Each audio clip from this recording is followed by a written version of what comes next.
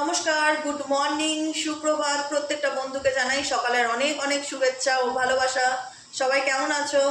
আশা করি ভালো আছো, বা ভালো না থাকলেও হয়তো চেষ্টা করছো যে দিদি বলো ভালো নেই, কি করলে ভালো থাকতে পারি। ভালো তো থাকতেই হবে, কারোর জন্য নয়, নিজের জন্য হলেও ভালো থাকতে হবে। প্রত্যেকের জীবনে লড়াই থাকে, এত সহজে কি হার মানলে চলবে বলো? আমার প্রত্যেকটা বন্ধুকে বলি, জীবনে কখনো হার মানবে না, গিভ আপ করবে না, যতক্ষণ শ্বাস আছে লড়ে যাও, যা হবে দেখা যাবে, পজিটিভিটির সাথে একদম। ঠিক আছে? কারণ আমিও নিজেও লড়ি, আমি আমার প্রত্যেকটা বন্ধুকে বলি জীবনে কখন কার কী রকম কী সিচুয়েশন আসে গড নোস। প্রত্যেকটা কিছুর জন্য মেন্টালি প্রিপেয়ার থাকো, লড়ো, বাকিটুকু উপরওয়ালার হাতে ছেড়ে দাও, যা হবে ইউনিভার্স সব তুমি দেখে নাও, সব তোমার চরণে ছেড়ে দিলাম। ঠিক আছে? তো চলো দেখে নেওয়া যাক আজকে তুমি যে মানুষটার জন্য রিডিংটি দেখছো, no contact situation, on off সিচুয়েশনে যারা রয়েছে তাদের পার্সনের current feelings at present right now, এই মানুষটার মন মস্তিষ্কে কি চলছে। তার আগে প্রত্যেকটা বন্ধুকে একটাই রিকোয়েস্ট করব, ঝটপট করে এনার্জিকে কানেক্ট করো রিডিংয়ের সাথে, লাইক করো এবং কমেন্ট সেকশনে অন্তত একটা হাই লিখতে ভুলো না। ওই হাইটাই আমার কাছে বিশাল বড় ব্যাপার। তাই প্রত্যেককে বলবো জাস্ট কমেন্ট সেকশনে একটা হাই লেখো বা একটা লাভ রিয়াক্ট দিয়ে দাও, যা মন চায় তোমাদের। তোমরা একটা কমেন্ট সেকশানে কিছু না কিছু তোমাদের ছাপ ছেড়ে যাও। আর প্রত্যেকটা বন্ধুদের বলবো যারা প্রত্যেক দিন এত মানে আমার ভিডিওকে দেখছো, এত ভালোবাসো, এত সুন্দর সুন্দর কথা লেখো, প্রত্যেকের কাছে আমি জাস্ট গ্রেটফুল। আমি সবসময় বলি আমি আমার ঈশ্বরের কাছে কৃতজ্ঞ থাকি, আমি আমার প্রত্যেকটা বন্ধু, ভাই বোন, দাদা দিদি প্রত্যেকের কাছে মন থেকে গ্রেটফুল থাকি যে এটা আনএক্সপেক্টেড, মানুষের কাছ থেকে এত ভালোবাসা পাওয়া। সত্যি আমার জীবনে এটা আমি কোনোদিনও কল্পনা করিনি যে কোনোদিন এমন একটা দিন আসবে যে এত মানুষ আমাকে মন থেকে অ্যাকসেপ্ট করবে, ভালোবাসবে। এটা উপরওয়ালার ইচ্ছা এবং তোমাদের মানে কি বলবো, বড় মনের পরিচয় যে তোমরা আমাকে মন থেকে এত ভালোবাসো, এত মানে রেসপেক্ট করো। সত্যি আমি তার জন্য গ্রেটফুল, সারা জীবন থাকবো। এবং আমি প্রত্যেকটা বন্ধুকে বলি, অনেকেই আছো যারা নতুন ইউটিউব চ্যানেলটি খুলেছি কিন্তু সাবস্ক্রাইব করতে পারোনি প্রপারলি, তো একটুখানি প্রপারলি সাবস্ক্রাইব করে নাও। নিচে দেওয়া রেড কালারের বেল আইকনটিকে প্রেস করে দাও, যখন আমি ভিডিও নোটিফিকেশান আসবে না কেন ডিরেক্টলি যেন তোমার মোবাইলে চলে যায়। Please subscribe this channel and like and share. চলো দেখে নেওয়া যাক এই মুহূর্তে তুমি যে মানুষটার জন্য রিডিংটি দেখছো তার বর্তমান অনুভূতি, current feelings at present right নাও, সেই মানুষটার মন মস্তিষ্কে কী চলছে দেখে নেওয়া যাক। Please divine angel, divine universe help করুন ও গাইড করুন আমার প্রত্যেকটা বন্ধু, ভাই বোন, দাদা দিদি যারা এই মুহূর্তে দাঁড়িয়ে আমার এই রিডিংটি দেখছে, তার কাছের মানুষের বর্তমান অনুভূতি এবং current feelings at present right নাও, সেই মানুষটার মন মস্তিষ্কে কি চলছে। আজকে 26শে জুন, আজকে বৃহস্পতিবার। আজকের কারেন্ট এনার্জিতে দেখে নেব তুমি যাকে নিয়ে ভাবছো সে তোমাকে নিয়ে এই মুহূর্তে দাঁড়িয়ে কি ভাবছে, তার মনের মধ্যে এই মুহূর্তে কি চলছে দেখে নেওয়া যাক। Please divine angel, divine universe help করুন ও গাইড করুন। Angel archangel Michael please help me and guide me. Angel archangel Michael please help করুন ও গাইড করুন।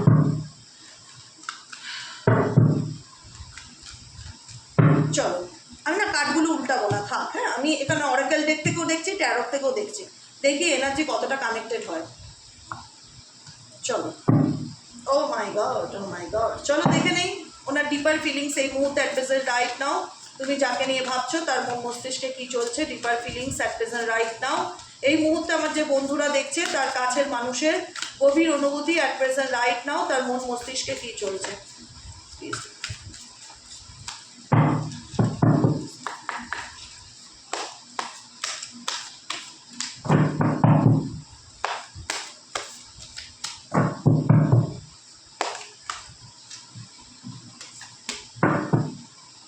চলো, ও মাই আইসোলেশনস, ওকে। চলো দেখে না যাক এই মুহূর্তে তুমি যাকে নিয়ে দেখছো। ও মাই গড, দ্য এম্পারারের কার্ড আছে এখানে, দেখাচ্ছে যে আমি খুব স্ট্রিক্ট, আমি আমার জায়গা থেকে নড়বো না, আমি আমার ডিসিশনের থেকে নড়বো না, আমি ভীষণ মানে আমার সিদ্ধান্তে আমি অটুট। মেবি তোমার পার্সন খুব ইগোয়েস্টিক এবং খুব জেদি স্বভাবের হতে পারে, যে আমি যেটা মানে হয় না যে আমি কেন মাথা নত করব, এই ব্যাপারটা ওনার মধ্যে ভীষণ কাজ করে। আমি কেন মাথা নত করব, আমি কেন সরি বলবো, ভেতরে আমার যাই সিচুয়েশন থাক আমি বাইরের থেকে দেখাবো যে আমি ভীষণ স্ট্রং মেন্টালিটি, দুনিয়া এধার সে উধার হয়ে যাক, আমি আমার নিজের জায়গা থেকে সরবো না, নিজের সিদ্ধান্ত থেকে আমাকে কেউ অ্যাকচুয়ালি হিলাতে পারবে না। এটা হচ্ছে তোমার পার্সনের current energy at present right now. Second card কি ইন্ডিকেট করছে? সেকেন্ড কার্ড ইন্ডিকেট করছে উনি বাইরের থেকে দেখায় যে আমি ভীষণ স্ট্রং মাইন্ডের একজন মানুষ, ভীষণ কঠোর, আমি মাথা নত করি না, আমি কারুর কাছে হাত পাতি না, কারুর কাছে সরি বলি না, এটা আমার ডিকশনারিতে নেই। কিন্তু কিন্তু ডিপার ফিলিংস এটাই বলে এই ব্যক্তি তোমাকে প্রত্যেকটা মুহূর্তে নিয়ে ভাবছে। এটাই হচ্ছে ট্যারোর মজা, বুঝেছো? যে মানুষের ভেতরের এনার্জিটাকে সুন্দর জলছবির মতন ফুটিয়ে তোলে।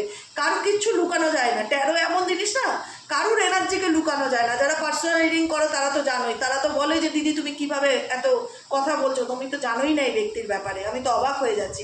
এটাই হচ্ছে ট্যারোর এনার্জি, যে ব্যক্তি উপরে যাই দেখা তার ভেতরে কি চলছে সেটা কখনোই কিন্তু হাইড করা যায় না।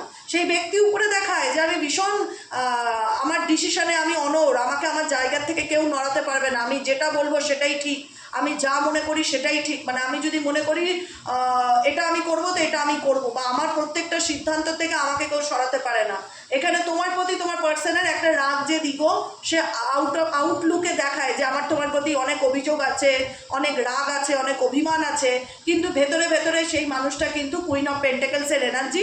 প্রত্যেকটা মুহূর্তে কিন্তু সে তোমাকে নিয়ে কিন্তু ডেফিনেটলি চিন্তা ভাবনা করে, কিন্তু সে সেটা শো অফ করা কিন্তু একদমই পছন্দ করে না। মনে হয় যে আমি যদি শো অফ করি তাহলে তো এটা আমার দুর্বলতা, সেই ব্যক্তির কাছে আমার দুর্বলতা প্রকাশ পায়, আমি এটা কি করে করতে পারি, তাহলে তো আমার ইগো একদম গলে জল হয়ে যাবে, আমি তো একদম কারুর মানে একটা হয় না ভীষণ নিজেকে ছোট মনে করব, যে আমি যে অহংকার বা অভিমানটা নিয়ে চলি, আত্ম অহংকারী মেবি তোমার পার্সন এক্স ওয়াই জেড হতে পারে, সেখানে যদি আমি আমার ভিতরের অনুভূতিটাকে আমি আমার উল্টো দিকের মানুষের কাছে শো অফ করি তাহলে তো আমার সমস্যা, এটা তো করা যাবে না।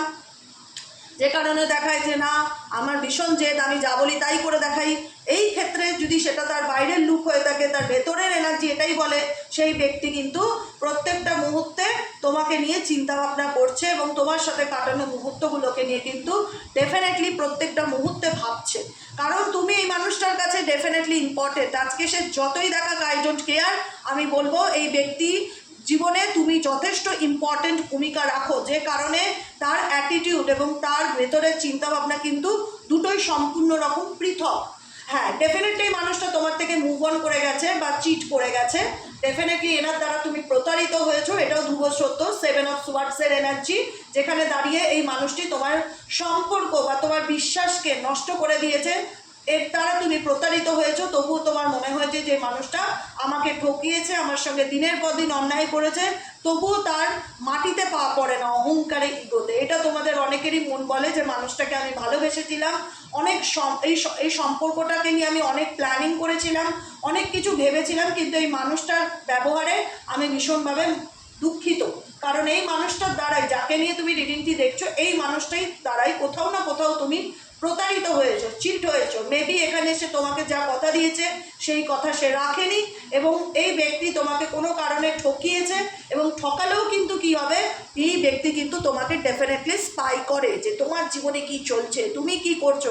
অ্যাকচুয়ালি শান্তি নেই, যাকে নিয়ে তুমি রিডিংটা দেখছো তার লাইফে কিন্তু শান্তি নামক বস্তুটা নেই। যদি থাকতো, দেখা তো আর এক রকম, চিন্তা ভাবনা আর এক রকম। এখানে 7 অফ সোয়ার্ডসের এনার্জি দেখলেই বুঝতে পারবে যে ইনি সোয়ার্ডস নিয়ে পালিয়ে যাচ্ছে, কিন্তু এনার মাথাটা কিন্তু পেছনের দিকে আছে, মানে ঘুরে ঘুরে পেছন দিকে দেখছে।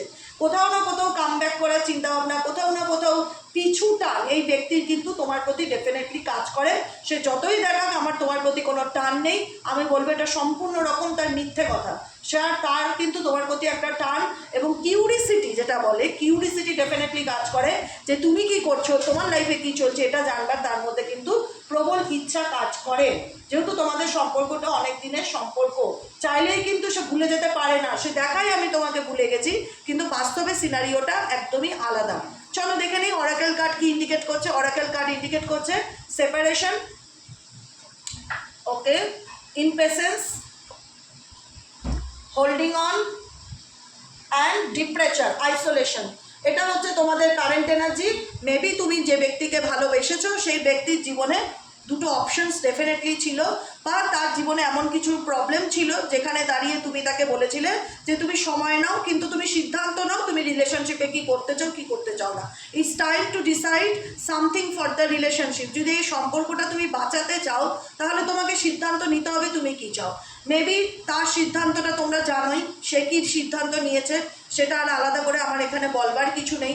মেবি সেই ব্যক্তি হয়তো তোমাকে চুজ করেনি, অন্য কারোর অন্য কোনো রিলেশনশিপে চলে গেছে, বা ফ্যামিলিকে চুজ করেছে যে আমার ফ্যামিলি মানবে না, হ্যানা ত্যানা এক্সেট্রা এক্সেট্রা বাহানা দিয়েছে ডেফিনেটলি, যেটা তোমাকে প্রত্যেকটা মুহূর্তে ভেঙে চুরমার করে দিয়েছে, একদম ভেতর থেকে ভেঙে দিয়েছে। তোমার প্রত্যেকটা মুহূর্তে মনে হয়েছে একটাই কথা যে দিদি আমি কি সত্যি বেরিয়ে আসতে পারবো এই পরিস্থিতির থেকে, আমি কি সত্যি বেরিয়ে আসতে পারবো এই সিচুয়েশন থেকে, কারণ এটা আমার জীবনের একটা বড় ধাক্কা, এইটা আমার জীবনের একটা বড় ধাক্কা। আমি কি সত্যি এই ধাক্কাটা কাটিয়ে উঠতে পারবো? আমার পক্ষে কি এই ধাক্কাটা কাটিয়ে ওঠা সম্ভব? Difficult to cope up with your attitude now, কারণ এই মানুষটার আচার আচরণ, বিহেভিয়ার, বডি ল্যাঙ্গুয়েজ, কথাবার্তা তোমাকে প্রত্যেকটা মুহূর্তে ভীষণ পরিমাণে পেইন দিয়েছে, যন্ত্রণা দিয়েছে। তার সরে যাওয়ায় তার রিলেশনশিপ থেকে বেরিয়ে যাওয়া বা দূরত্ব চলে যাওয়া বা চিট করা, তোমাদের সেই ব্যক্তির চোখে মুখে দেখে কখনোই মনে হয়নি যে সে সত্যি দুঃখিত, বা তার মধ্যে সেই রিগ্রেট আছে, সে অন্যায় করেছে, সে ভুল করেছে, তার মধ্যে সেই অনুশোচনা আছে, কখনো সেটা মনে হয়নি। যে কারণে মনে হচ্ছে সে তো দিব্যি ভালো আছে, সে তো দিব্যি মুভ অন করে গেছে, সে তার তো কোনো রিগ্রেটই নেই। কিন্তু আমি কি করে বেরোবো? তুমি জানো আমি মানুষটাকে কত ভালোবাসি, আমার পক্ষে রিলেশনশিপ থেকে মুভ অন করাটা ডিফিকাল্টি হয়ে গেছে, কি করে আমি বেরিয়ে আসবো? আমার পক্ষে এই সেপারেশনকে অ্যাকসেপ্ট করাটা প্রবলেম হয়ে গেছে, যে আমি মেনেই নিতে পারছি না যে এই মানুষটা আমার জীবনে নেই, বা এই মানুষটা আমার সাথে লাইফে কী করেছে। Difficulty to cope up with your attitude now, এই ব্যক্তির অ্যাটিটিউড, এই ব্যক্তির আচার আচরণ, সমস্ত কিছুর থেকে তোমার নিজেকে বের করে আনাটা খুব কষ্টকর এবং পেইনফুল মনে হয়েছে। তবুও মনে হয়েছে যে না, মানুষটাকে তো ভালোবেসেছি মন থেকে, একদিনের জন্য হলেও তো ভালোবেসেছি, ভালোবাসাটা তো মিথ্যে ছিল না দিদি। তবুও একটু ধৈর্য ধরেছিলাম, অধৈর্য হয়নি, ভেবেছি জীবনটা তো সময় অল্প কদিনে, রাজা যে আমরা কাল নেই, তবুও মানুষটার জন্য আমি ওয়েট করে যাব। তুমি তোমার মানুষটাকে সত্যি কথা বলতে একটাই কথা বলবো, নিঃশর্ত ভালোবাসা বেসেছিলে, যেখানে কোনো কন্ডিশন ছিল না, যেখানে কোনো শর্ত ছিল না, যেখানে কোনো দাবি ছিল না, শুধু একটাই কথা ছিল যে আমি মানুষটাকে মন প্রাণ আত্মা দিয়ে ভালোবাসি, দ্যাটস এনাফ। মানুষটা কি করেছে সেটা তার কর্মা। কিন্তু তোমাদের দুঃখ এটাই ছিল যে মানুষটার মধ্যে কোনোদিন আমি সেই অনুশোচনা দেখিনি যে সে এত কষ্ট দিল, সে আমাকে মাঝপথে ছেড়ে দিল, সে আমার সাথে চিট করলো, তার মধ্যে কোনো রিগ্রেট নেই। এই অনেক ব্যবহার, মানে এই মানুষটার অ্যাটিটিউড তোমাকে ভীষণ রকমভাবে দিনের পর দিন মানসিক যন্ত্রণা দিয়েছে। তবুও মন বলেছে যে দেখি আমি মানুষটার জন্য অপেক্ষা করব। কোথাও না কোথাও হয় না যে এত ভালোবেসেছি মানুষটাকে আমি কোনোভাবেই দিদি ভুলে যেতে পারছি না, আমি মেনে নিতে পারছি না সেই ব্যক্তি আজ আমার লাইফে নেই, আমি মেনে নিতে পারছি না। Life is too short to wait, dying to meet you. তার সাথে একবার দেখা করার জন্য, তার গলা একবার শোনার জন্য আমি অধৈর্য হয়ে পড়েছি। আমি চাই তার সাথে আমার একটাবার দেখা হোক, একটাবার কথা হোক। কারণ এই ব্যক্তিকে যখনই তুমি প্রপোজাল দিয়েছো বা যখনই তুমি কোনো কিছু প্রস্তাব দিয়েছো, সেই ব্যক্তি সবসময় তোমাকে হোল্ডে রেখেছে যে ওয়েট করো, দেখছি, আই নিড সাম টাইম, আমার সময়ের প্রয়োজন, সময় নিতে নিতে নিতে নিতে এই ব্যক্তি এতটা লেট করে ফেলেছে, যেখানে তুমি না, মানে তোমার পিঠটা দেওয়ালে ঠেকে গেছে। মানে একটা সময়েরও তো একটা লিমিটেশন থাকে। তুমি দেখেছো যে এই মানুষটা তোমার কাছ থেকে তো শুধু সময় চায়, তার ডিসিশন নিতে পারে না, তার লাইফে প্রচণ্ড কনফিউশন, ক্ল্যারিটির অভাব। সে সবসময় বলে আমাকে একটু সময় দাও, I need some time to think about it, আমাকে এটা নিয়ে ভাবতে হবে। তুমি ভালোবাসার প্রপোজাল দিচ্ছ, তুমি তাকে বলছো আমি তোমার সাথে থাকতে চাই বা আমাদের সম্পর্কটা ঠিক করে নাও, সে খালি তোমাকে একটাই কথা বলে আমার টাইম লাগবে, আমার সময় লাগবে। এবার সময় নিতে নিতে এই ব্যক্তি এতটাই সময় নিয়ে নিয়েছে, যেখানে গিয়ে না তোমার পিঠটা গিয়ে দেয়ালে ঠেকেছে। তোমার একটাই কথা মনে হচ্ছে যে না, আর নয়, অনেক সময় দিয়েছি তোমাকে, সময় অনেক দিয়েছি, যেখানে দাঁড়িয়ে আমার মন বলছে যে এখান থেকে এবার আমার বেরিয়ে আসাটা উচিত, কারণ আমি তোমার সাথে থাকবো, আমি তার আর রিজন খুঁজে পাচ্ছি না। তুমি শুধু সময় নিয়েই যাচ্ছ, তুমি শুধু ডিসিশন করবার কথা চিন্তা ভাবনা করছো, তুমি আমাকে ঝুলিয়ে রাখছো। এখানে মেবি অনেকের পার্সন ঝুলিয়ে রাখছে, হুকড আপ সিচুয়েশন, যেখানে দাঁড়িয়ে বুঝতে পারছো যে সেই ব্যক্তি না তোমাকে ক্ল্যারিটি দিচ্ছে, না তোমাকে কমিটমেন্ট দিচ্ছে, না তোমার কনফিউশনকে দূর করছে, না তোমায় ক্ল্যারিটি দিচ্ছে, কিছুই না, শুধুমাত্র হোল্ড অন সিচুয়েশন, যেখানে দাঁড়িয়ে মনে হচ্ছে যে সেই ব্যক্তির সময়ই চাই, I need to some time. আর কত টাইম লাগবে? সময় দিতে দিতে দিতে দিতে মেবি তোমার লাইফে অনেকটা তুমি সময় পার করে ফেলেছো, তোমার বিয়ের বয়স হয়ে যাচ্ছে। এখানে যারা আনম্যারিড আছো, বাড়ির থেকে চাপ দিচ্ছে যে কবে বিয়ে করবি, সেই ব্যক্তি বারবার বলছে আমার সময় চাই। 2 বছর দিয়েছো, 5 বছর দিয়েছো, আর কত সময় দেবো? তোমাদের নিজেরই মন বলছে যে না, এই ব্যক্তিকে আর আমার সময় দেওয়ার প্রয়োজন নেই, এখন আমাকে এই সিচুয়েশন থেকে বেরোতে হবে। I am living from your life for many reason. কারণ তোমরা একদম মেন্টালি প্রিপেয়ার যে এই সম্পর্কে আর ফিরে আসতে চাও না। কারণ তোমার মনে হচ্ছে যে আমি আর অ্যাকশন নিতেই চাই না।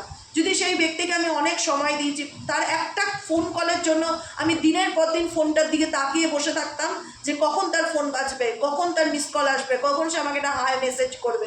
দিনের পর দিন ফোনের দিকে তাকিয়ে শুধু চোখের জল ফেলে গেছি, কিন্তু সেই মানুষটা না আমাকে একটা কল করেছে, না একটা মেসেজ করেছে। শুধু আমি ফোন করলে এটাই বলেছে যে একটু ধৈর্য ধরো, আমার সময় লাগবে, আমাকে টাইম দিতে হবে। টাইম দিতে দিতে দিতে দিতে এতটা সময় চলে গেছে যেখানে দাঁড়িয়ে আমার পক্ষে এই ব্যক্তিকে টাইম দেওয়া আর সম্ভব না। আমার তোমাদের পার্সোনালি আমার করি, তোমাদের পার্সোনালি এটাই মনে হয় যে না, অনেক হয়েছে, I am living from your life. আমি এবার আর তোমার জীবনে থাকতে চাই না, তুমি তোমার সময় নিয়ে বাঁচো। এবার আমার সময় হয়েছে এই সম্পর্ক থেকে বেরিয়ে আসার। কারণ তোমার মধ্যে আমি আর কোনো প্লাস পয়েন্ট খুঁজে পাচ্ছি না যে রিলেশনশিপটাকে আমি আর কন্টিনিউ করব। এখন অনেক কিছু ভেবে দেখছি, অনেক রিজন দাঁড়াচ্ছে যেখানে এই সম্পর্কটা আমার পক্ষে আর কন্টিনিউ করা সম্ভব না। আইসোলেশন এনার্জি এটা ইন্ডিকেট হচ্ছে leave me alone, I am not interested. তোমাদের দিক থেকে এখন এই ব্যক্তির প্রতি যে ইন্টারেস্টটা কাজ করতো না একটা সময়ে, যে অধীর আগ্রহে ফোনের দিকে তাকিয়ে থাকা, সবসময় মনে হতো এই একটা বোধহয় হোয়াটসঅ্যাপে হাই পিন করলো, এই বোধহয় একটা কল করলো, শুধু কাঁপতে ফোনের ছবিগুলো দেখতে, একটা সবসময় না অধীর আগ্রহ অপেক্ষা করতে। এখন মনে হয় যে না, আমাকে এবার আমার মতন ছেড়ে দাও, আমি আর কারোর জন্য অপেক্ষা করে থাকতে চাই না, leave me alone, I am not interested. আমি আর তোমার সাথে এই রিলেশনশিপ রাখাতে আগ্রহ প্রকাশ করি না। কারণ এই মানুষটার সাথে তোমরা থেকে এটুকুনি বুঝেছ যে জীবনটা সত্যি খুব কঠিন। যতই সে বলুক, যতই সে দেখাক সে আমায় ভালোবাসে, কিন্তু আমি অনুভব করতে পারছি না এনার সঙ্গে থেকে, আর এনাকে আমি চোখ বন্ধ করে সে বিশ্বাসটাও আর করতে পারছি না। একটা অবিশ্বাসের জায়গা তৈরি হয়ে গেছে। ঠিক আছে, ডেফিনেটলি দেখে নেবো তোমার পার্সন আর কি বলতে চাই তোমাকে। তোমার পার্সনের না বলা কিছু কথা, তোমার পার্সনের না বলা কিছু কথা, কি এমন কথা আছে যেটা তোমাকে বলতে চায় কিন্তু বলতে পারে না? কি এমন কথা আছে যেটা তোমাকে বলতে চায় কিন্তু বলতে পারে না?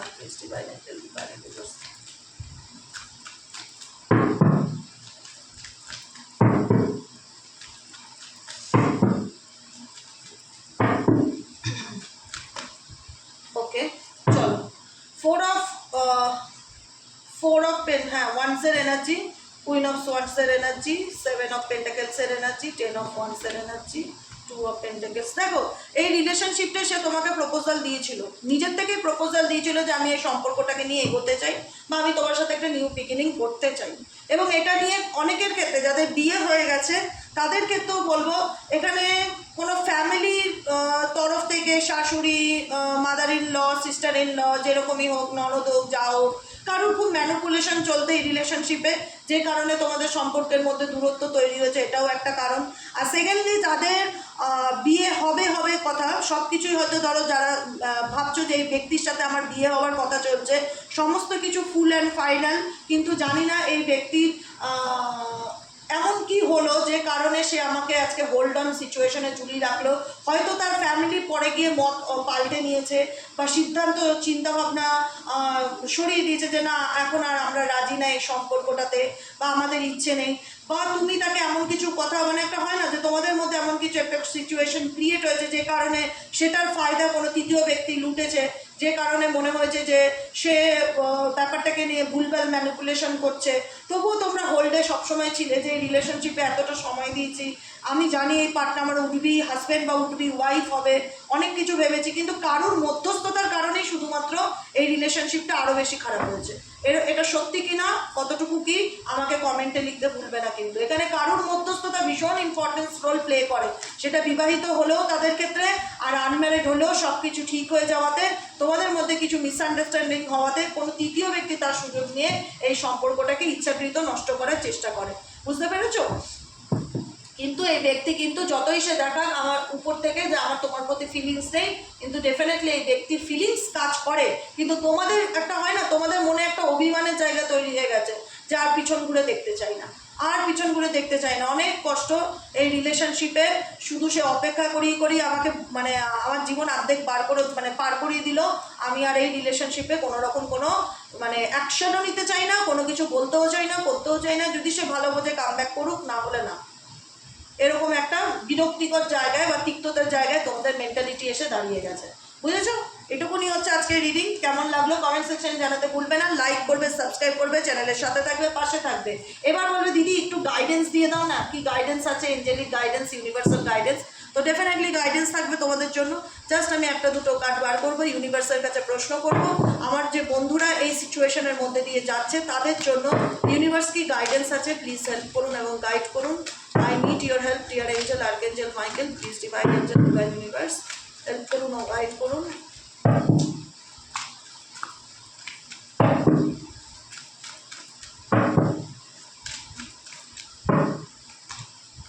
রিসিভিং ফ্রম এঞ্জেলস ইন্ডিকেট করছে যে এঞ্জেলের তরফ থেকে তুমি কোনো গাইডেন্স, কোনো মেসেজ, কোনো ফেদার, কয়েন, কিছু না কিছু দেখতে পারবে। এঞ্জেল তোমাকে ভালোবাসা পাঠাচ্ছে, লাভ পাঠাচ্ছে তোমার লাইফে। তোমার হার্ট চাকরা দিনে দিনে হিল হবে। যদি মনে হয় থাকে না যে ইমোশনালি আমি ব্লকড হয়ে গেছি, সেই সিচুয়েশন থেকে ধীরে ধীরে বেরোবে।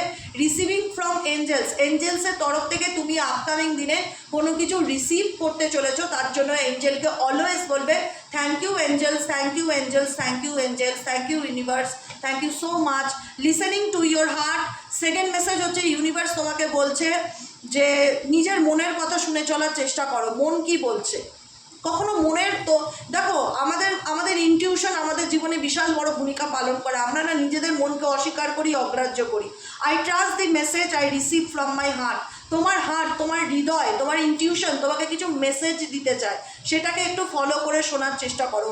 মানে ফিল করো, নিজের সাথে নিজে একটু সময় কাটাও। সারাদিনে যদি 30 মিনিটও পাও না, কোনো একটা নির্জন জায়গায় চুপচাপ বসে নিজের সাথে নিজে কথা বলো, নিজেকে প্রশ্ন করো যে আমি কি করব, আমার লাইফে কি করা উচিত। Listening your heart. Universal direct guidance হচ্ছে লিসেনিং উইথ ইয়োর হার্ট। নিজের মনের কথা শুনে চলার চেষ্টা করো। তোমার মন তোমাকে কিছু গাইড করবে। Expecting miracle. তোমার জীবনে তুমি এক্সপেক্ট করো, পজিটিভ থাকো। যেহেতু এঞ্জেল তোমার সাথে আছে, ইউনিভার্স তোমার সাথে আছে, তোমার জীবনে ডেফিনেটলি মিরাকেল বা চেঞ্জেস পজিটিভলি আসবে।